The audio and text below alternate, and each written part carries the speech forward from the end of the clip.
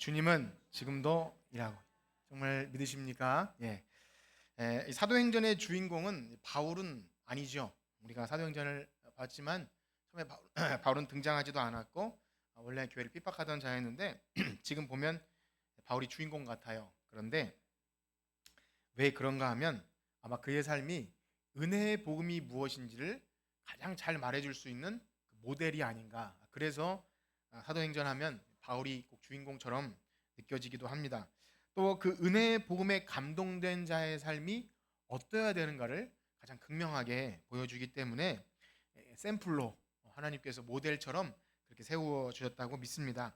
자, 그런데 그런 바울을 볼 때 하나님께서 그의 삶에 개입하시고 성령님께서 직접적으로 말씀하시는 것을 우리가 보게 되죠.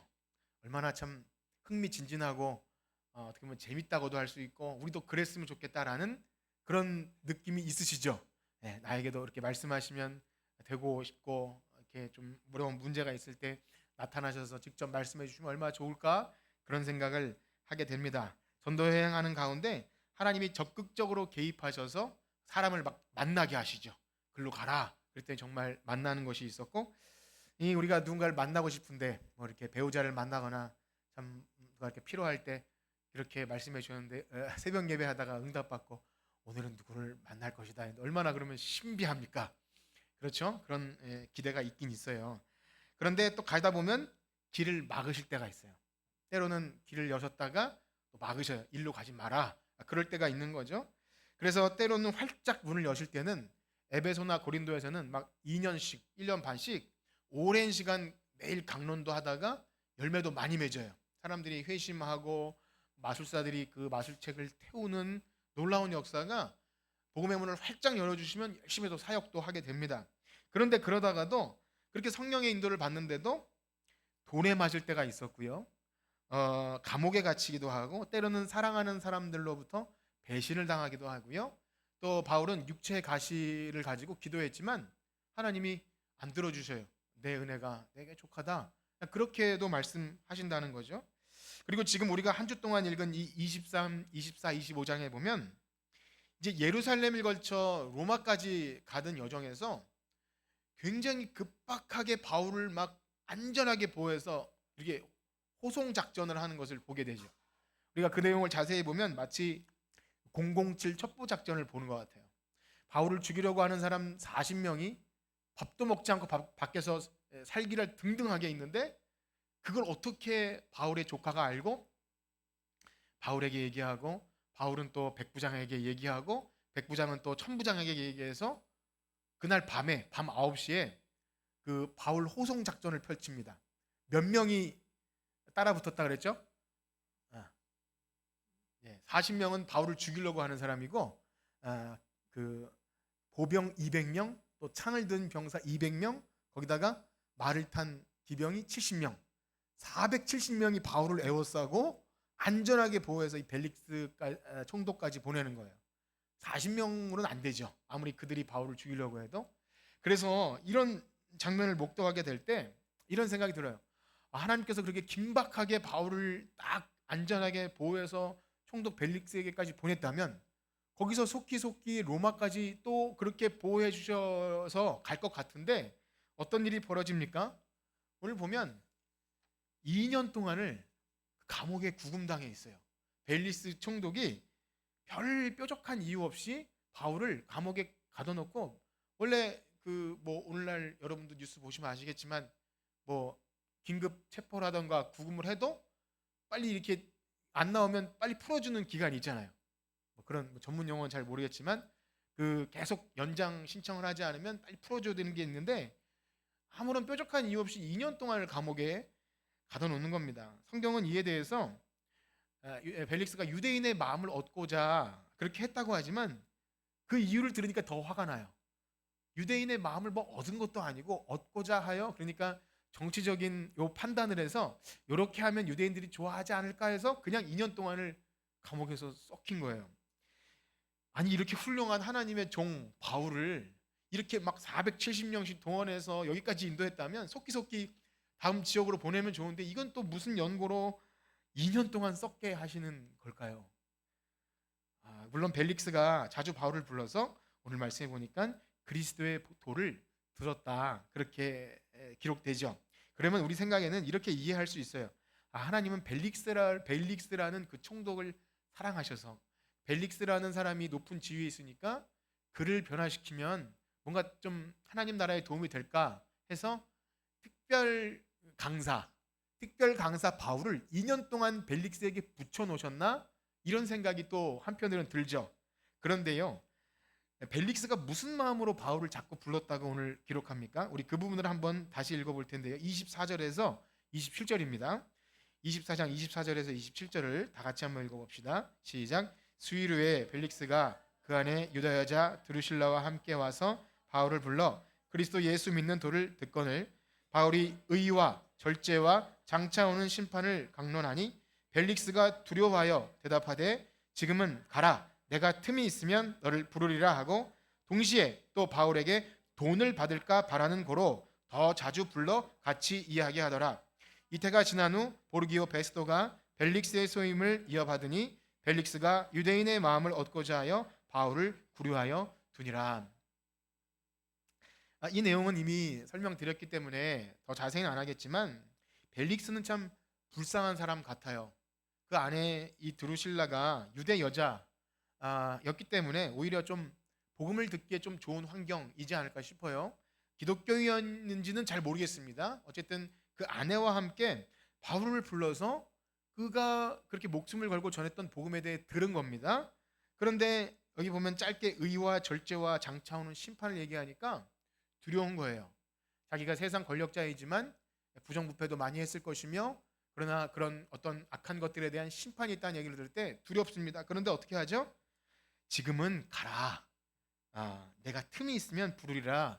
그러니까 뭔가 마음에 불일시가 떨어졌고 회개의 기회가 주어졌는데도 거기에 반응하지 못하고 지금은 좀 바빠서, 지금은 좀 할 일이 있어서 잠시 미뤄두는 그러한 복음에 반응하지 못한 안타까운, 그런데 그거보다 더 안타까운 것은 26절에 보면 동시에 왜 불렀다고요?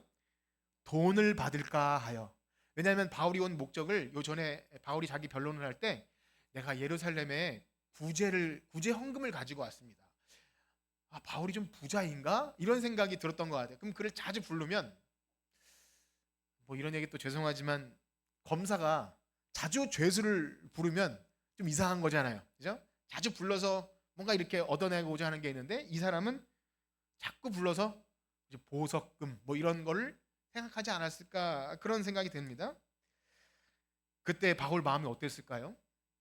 내가 계속해서 이 인간하고 이러고 있어야 되는가? 라는 생각이 들었을 것 같아요. 뭘 정확한 얘기를 해서 당신 회개해야 됩니다 라고 말할 땐 잠깐 가 있어 이러다가 자꾸 부르는 이유는 혹시 돈 얘기를 직접적으로 꺼내는지 모르겠지만 이러고 있는 인간 앞에서 하나님의 도, 심판, 구원 이런 얘기를 할 때 그야말로 현타가 왔을 것 같아요. 무슨 말씀인지 모르죠? 아무튼 지금 내가 여기서 뭐 하고 있는 거야? 감옥에 갇혀서 이 벨릭스가 부르면 나와서 얘기하고 듣지도 않은 얘기 또 하고 돈이나 바라는 이 인간 앞에서 내가 지금 여기서 이러고 있을 땐가라는 생각이 강하게 들었을 거예요. 여러분 어떠하십니까? 여러분의 만약에 정말 중요한 사명 있으십니까, 여러분? 네. 내가 꼭 해야 될 일, 어떤 중요한 일이 있는데 나도 뜻하지 않게 뭐 갑자기 그럴 때 있잖아요. 항공기가 결항이 되거나 차를 놓쳤거나 그냥 시간이 막 지체될 때 얼마나 답답합니까? 빨리 가서 이 일을 처리해야 되고 막 하는데 딱 발이 묶여버렸을 때 얼마나 답답합니까? 그런데 여기는 이 바울은 그리스도의 은혜의 복음을 전하기 위해서 나의 생명조차 귀한 것을 여기지 않고 로마까지 가야 하리라 이 말을 듣는 바울이 지금 벨릭스의 어떤 정치 장난 같은 그 부름에 왔다 갔다 하면서 시간을 때우고 있을 때 너무 괴롭고 답답했을 것 같아요. 분명히 하나님께서는 내가 너와 함께 하겠다, 담대하라 그렇게 말씀하셨는데 더 이상 하나님의 음성이 안 들려요. 너 잠깐 거기서 기다려라 이런 음성이 들었으면 얼마나 편했겠습니까? 안 들려요. 그렇습니다. 우리는 한치 앞도 모르는 인생이기 때문에 이런 알 수 없는 기다림의 시간이 우리에게 주어지면 우리는 견딜 수가 없어요. 너무 답답하고 하나님 저에게 왜 이런 시간을 주셨습니까? 나를 잊어버리신 거 아닙니까? 그렇게 원망도 하고 불평도 하는 것이 바로 우리의 모습입니다. 그런데요, 하나님은 결코 실수하지 않으시는 분임을 믿으시길 축복합니다. 우리는 성경을 통해 그걸 발견해요. 우리는 성경에 기록된 믿음의 조상들의 삶을 통해서 자주 그런 일을 발견합니다. 그 대표적인 아브라함. 하나님께서 아브라함을 부르셔서 약속하시잖아요. 그 땅을 주겠다. 하늘의 별처럼 바다의 모래처럼 많은 자손을 주겠다. 그렇게 말씀하시고 당장 안 주셔요. 막 땅도 빙빙 돌려서 가뭄 때문에 애굽으로도 내려가게 하시고 아들도 안 주셔요. 하나라도 주시고 말씀하시지 하늘의 별처럼 바다의 모래처럼 무슨 자손을 주시겠다고 하고 안 되니까 그 사이에 이스마엘도 낳고 막 이렇게 엎치락뒤치락 해요. 그런데 하나님의 말씀은 이루어집니까? 안 이루어집니까? 반드시 이루어져요. 그것을 보게 하시고 아브라함에게 믿음을 막 넣어주시는 시간이었던 거예요. 그 기다림의 시간은 아브라함에게 반드시 필요했습니다. 여러분, 그 요셉은 어떠합니까? 이 감옥에 갇힌 걸로 유명한 건 요셉이잖아요. 요셉. 그런데 바로 그 전에 엄청난 꿈을 꿔요. 막 그 별과 해와 달들이 나한테 절을 하고 내가 쌓은 곡식단에 형님들의 곡식단에 절을 해요. 왕이 될 상이로구나. 이런 계시를 받았는데 어떻게 됩니까? 팔려가요. 애굽으로 팔려갔는데 거기서도 주인마님한테 누명을 쓰고 감옥에 들어가요. 도대체 뭐지? 하나님의 꿈은 뭐지? 하면서 이러고 있다가 가능성이 생기는데 간수의 꿈을 해석해 줍니다. 그러니까 내가 나가서 너를 절대 잊지 않겠다 해놓고 어떻게 되죠? 잊어버려요. 몇 년 동안? 2년 동안 잊어버려요. 오늘 바로 2년 동안 잊어버려요. 도대체 하나님은 나를 왜 여기 처박아 놓고 그 꿈은 뭔가? 그런데 알고 보면 나중에 지나가 보면 하나님이 계획이 있으셔서 날 여기 먼저 보내시는구나 이렇게 알게 되지 않습니까? 모세도 그렇지 않습니까? 40세가 되던 해 하나님의 백성을 구원해내기 위해서 자기가 부름받았다는 것을 알고 뭔가 해보려고 막 하는데 괜히 사람 하나만 때려 죽입니다. 그러니까 그 이후에 도망가서 몇 년 동안 광야에서 썩죠? 40년을 썩어요. 혈기왕성한 40대는 안 쓰시다가 40년을 광야에서 양치기를 하니까 소명도 잊어버리고 주님 저는 입술이 둔한 자입니다. 저는 아무것도 모릅니다. 이런 상태를 만들어 놓으시는 시간이 있었다는 거예요. 제가 지금 아브라함, 요셉, 지금 뭐 모세 이야기했지만 이 모든 설교에 바울의 설교에 또 베드로의 설교에 다 등장하는 것이 이 모세, 요셉, 뭐 아브라함 이야기잖아요. 뭘 얘기하는 겁니까? 하나님이 하시고자 하면 한다는 것. 그러니 기다림의 시간도 하나님께서 하신다는 것. 바울은 그것을 알았을 것입니다. 그렇습니다. 우리의 삶에도 도무지 알 수 없는 시간들이 주어져요. 물론 우리는 계획해서 살아가는 것은 아니지만 나름대로 적당히 계획도 하고 사업 계획도 세우고 자녀 계획도 세우고 주거 문제나 이런 적당한 계획을 세워서 이렇게 인도되어지면 참 감사하고 하나님의 인도하심이다 이렇게 고백하는 것이 있잖아요. 그럼에도 불구하고 도대체 내 인생에 왜 이런 시간을 주셨나 하는 순간들이 있습니까? 없습니까? 있잖아요. 매일 있잖아요. 매일 있고 도대체 왜? 라는 질문을 자주 합니다. 아마 저는 그렇게 생각이 돼요. 2년이라고 했을 때 남자들에게는 군대 시간이 그런 시간이지 않을까 싶어요. 저는 특별히 그랬어요. 하나님 저를 왜 이곳에 보내서 여기서 썩게 하는 겁니까? 저는 참 잘 자란 것 같아요. 그러니까 이렇게 뭐 특별히 이렇게 뭐 큰 일탈 없이 그런데 군대 가 보니까 사방팔도 사나이들이 다 모였는데 어디서 듣도 보도 못한 그 사투리로 욕을 막 처먹고 이러면 멘붕이 와요. 정신이 후덜덜해집니다. 그래서 막 군장 돌고 막 사고 나고 이런 거 보면 하나님 저를 왜 이곳에 보내서 이 개고생을 시키시는 겁니까? 막 그런 것을 생각하게 돼요. 참 삽질이나 하고 쓸데없는 삽질하고 막 쓸데없는 짓을 하고 그럴 때 언제 이곳에서 탈출하는가 그런 생각으로 시간을 보냈는데 저는 인생에서 지금도 설교할 때 군대 얘기를 하는 이유가 뭘까요? 막 자랑하는 거 아니에요. 그 시간이 필요했다는 거예요. 믿으십니까? 그 시간은 필요했어요. 제가 봐도 그 시간은 필요했어요. 많은 것을 경험하게 돼요. 그냥 이렇게 뽀시랍게 이렇게 좀 온실 속의 화초처럼 당연히 예배 드릴 수 있는 그것이 아니라 이번 주일에 예배를 드리지 못할 상황에서 어떻게 해야 되는가. 제가 그때도 그런 말씀 드린 적이 있어요. 주일학교 교사를 하면서 어떤 한 어린아이가 이번 주에 교회 못 나와. 야 교회를 왜 못 나와? 그런 게 말이 안 되는 소리를 하지 마라. 근데 그 아이는 교회 나오면 혼나는 애였어요. 근데 군대 가 보니까 교회 가면 온 내무반 150명이 얼차례를 받아야 돼. 내가 교회 가면. 그런 상황에서 해보니까 야, 이게 쉬운 문제가 아니구나. 그것을 경험하게 되는 거죠. 그러니까 상대방의 아픔을 느끼는 시간도 되는 거죠. 우리에게 질병이나 어떤 어려운 시간들은 내가 그냥 그 전에 알지 못했던 것들을 그 시간을 통해서 알게 하시는 시간인 것을 여러분도 많이 느끼시죠? 그래서 절대 하나님은 실수하지 않으세요. 최근에 겪은 그 코로나라는 뭐 2년이나 3년이나 그 시간은 정말 악몽 같았어요. 이젠 좀 까먹으셨죠, 여러분? 그런 악몽 같았어요. 그런데 그 시간에 많은 것을 깨닫게 돼요.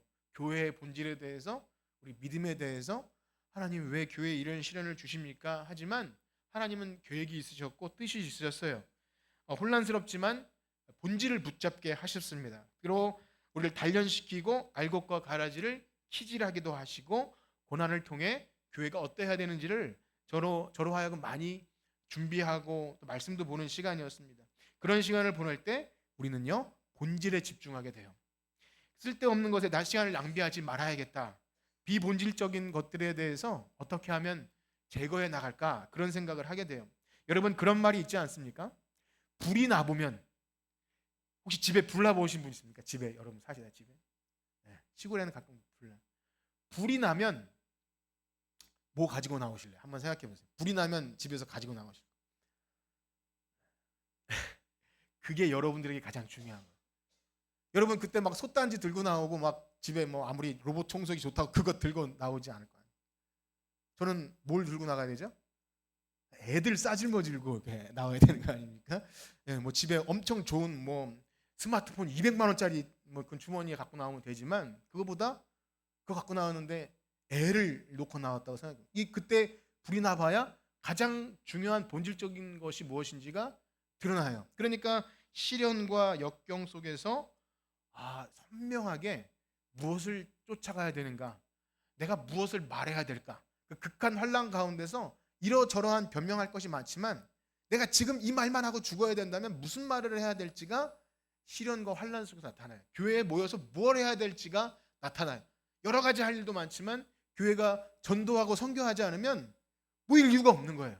그러니까 이거 해야겠구나. 주님 다시 오실 때까지 해야겠구나. 이런 생각을 자꾸 주시는 거죠. 그래서 평안하고 안전한 것이 좋은 것 같지만 때로는 역경이 있고 또 고난의 시간이 있는 것은 우리로 하여금 본질에 집중하게 하고 하나님이 앞으로 무슨 어떤 길을 가야 될지를 느끼게 하셔요. 그래서 바울에게 2년이라는 시간은 그런 시간이었을 거라고 믿어요. 특별히 다른 면에서는요. 그동안 너무 두드려 맞고 고생한 바울에게 쉬는 시간을 주셨다라고 믿어요. 우리 옆에 계신 분과 인사합시다. 하나님이 우리에게 쉬는 시간도 주십니다. 하나님이 우리. 저는 코로나 때 잘 쉬었어요. 예, 때마침 뒤에 놀이터가 있는 집에 이사를 가게 돼서 가족들과 함께 아이들 학교 못 갈 때 거기서 아이들과 함께 시간을 많이 보낸 것 같아요. 바울은요 감옥에 갇혔지만 벨릭스가 많은 사람들을 잘 만나게 해줬어요. 그러니까 막 감옥 철창에 갇힌 게 아니라 그 가택연금이라 그래가지고 거기서 많은 동역자들을 만나고 했기 때문에 감옥에서 뭐 했을까요? 바울이? 거기서 편지 보냈겠죠. 네. 모든 바울의 참 주옥 같은 그 서신은 다 감옥에서 기록이 돼요. 거기서 신학이 정리되어지고 선교 현장에서 이단들이 있었으면 이단들을 조심해야 됩니다. 헛된 철학과 또 이 예수님에 대해서 잘못 가르치는 것 조심하십시오. 고린도 교회는 이러한 걸 보내고 하는 것이 다 이 바울이 계속 돌아다니기만 하다가 어쩔 수 없이 딱 갇힌 사이에 이런 일이 일어나요. 우리가 보고 있는 모든 그 서신 중에 족중 서신이라고 하는 에베소서, 빌립보서, 빌레몬서, 골로새 같은 너무 좋은 책들은 다 이 감옥에서 기록됩니다. 이번 우리 수련회로 정한 철로 역정이라는 책 아시나요? 철로 역정.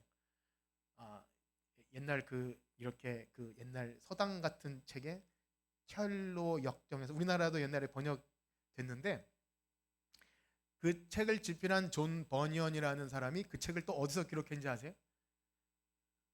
감옥에서 기록해요. 12년 동안 전도하다가 감옥에 갇혀서 우리 신앙의 여정이 부르심부터 중간에 유혹당하고 또 갈팡질팡하고 하는 모든 그 재밌게 그림까지 넣어서 거기서 철로 역정을 기록했다는 거예요. 감옥에서.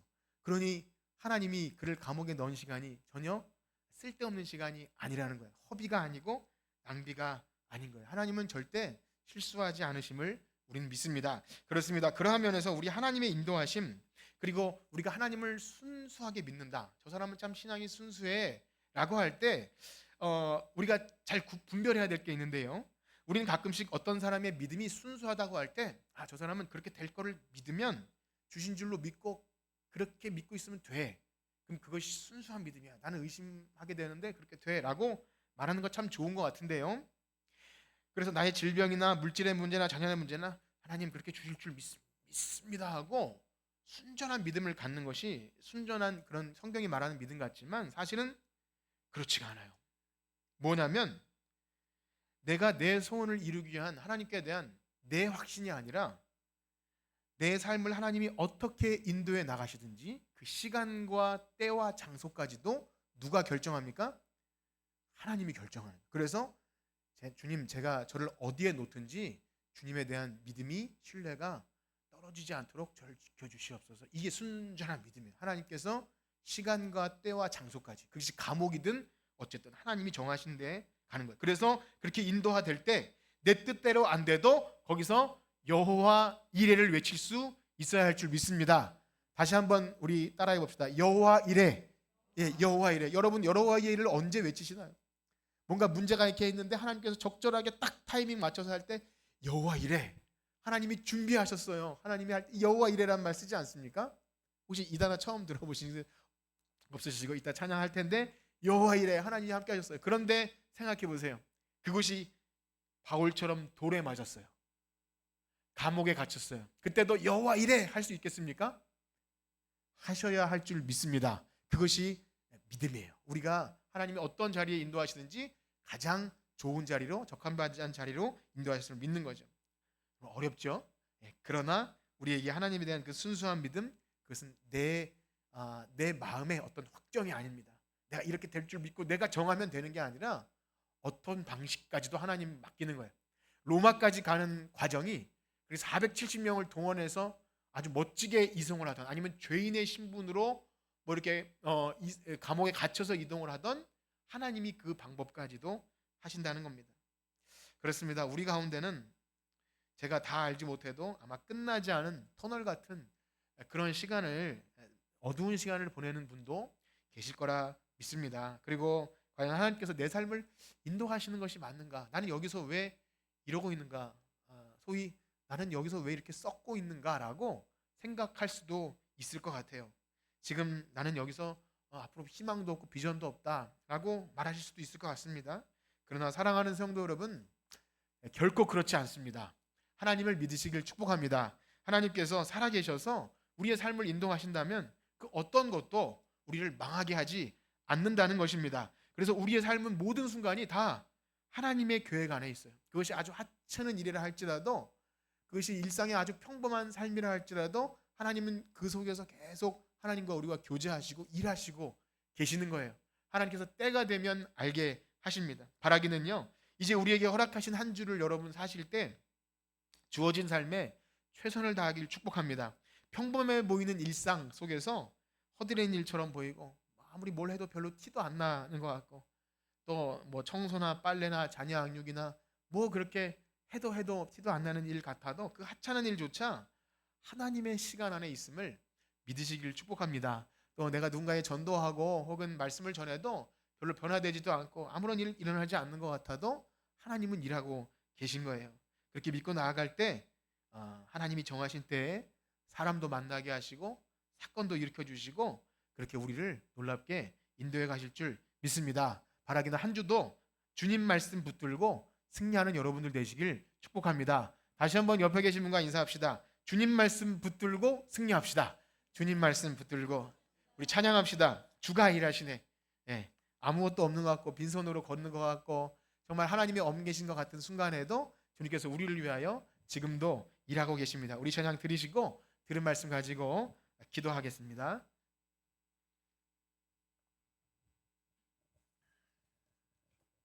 날이 저물어갈 때 그늘에서 걸을 때.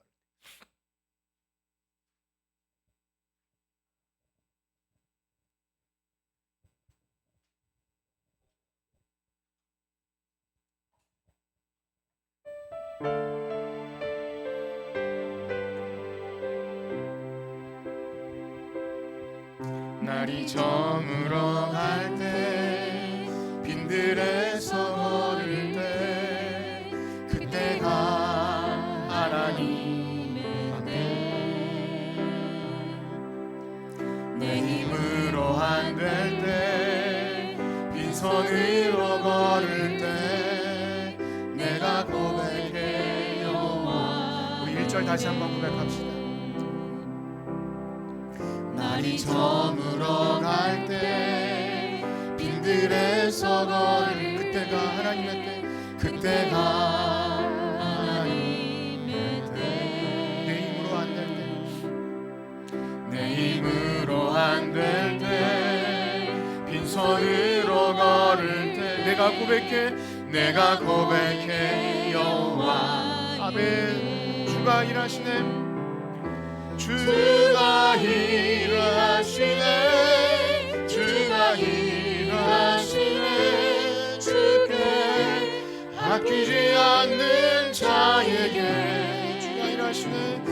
주가 일하시네. 주가 일하시네. 신뢰하며 걷는 자에. 아멘. 우리 모인 이곳에 주님 함께 하십니다. 우리 모인 이곳에 주님 함께 계시네. 누리네 아버지 은혜. 적은 떡과 물고기 내 모든 걸 드릴 때 모두 고백해 여호와. 아멘. 주가 일하시네. 주가 일하시네. 주가 일하시네.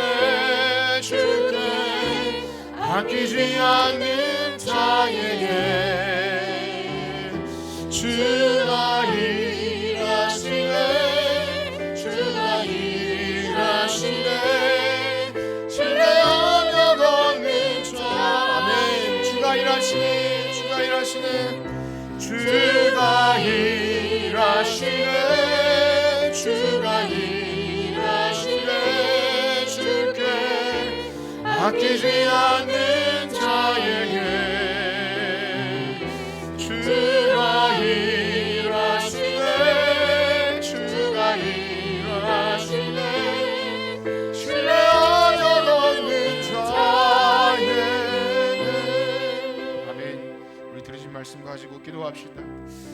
우리의 삶의 모든 시간은 주님의 계획과 섭리 안에 있는 줄 믿습니다.